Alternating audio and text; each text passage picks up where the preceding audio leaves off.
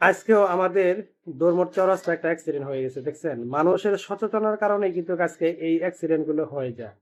Auto চালকের কোনো দোষ থাকে না এখানে। দোষ বেশিরভাগ করে কারা জানেন? এই সিএনজি চালকেরা আর লেগুনা যারা চালায় এবং এই যে যারা এখন বর্তমানে মাহিন্দ্র গাড়ি এবং ট্রাক যারা চালায়, তারা কিন্তু বেশিরভাগ দেখবেন রং সাইডে গাড়ি বেশি ঢুকায় দেয়। সম্ভবত আমি জানি না এটা অটো ড্রাইভারের দোষ হইছে কিনা বা যে গাড়ি ধাক্কা লাগাচ্ছে তার সাথে দোষ হইছে কিনা সেটা আমি সম্ভবত জানি না।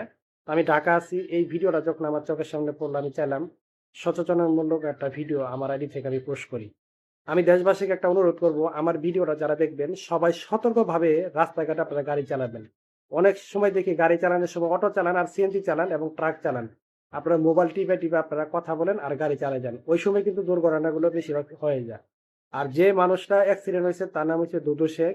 ওনার বাড়ি হয়েছে দক্ষিণ সিতাইনি। উনি সম্ভবত কালীবাড়ি চৌরাস্তা থেকে কালীবাড়ি রোডে যাওয়ার সময় কিন্তু এই দুর্ঘটনাটা ঘটে।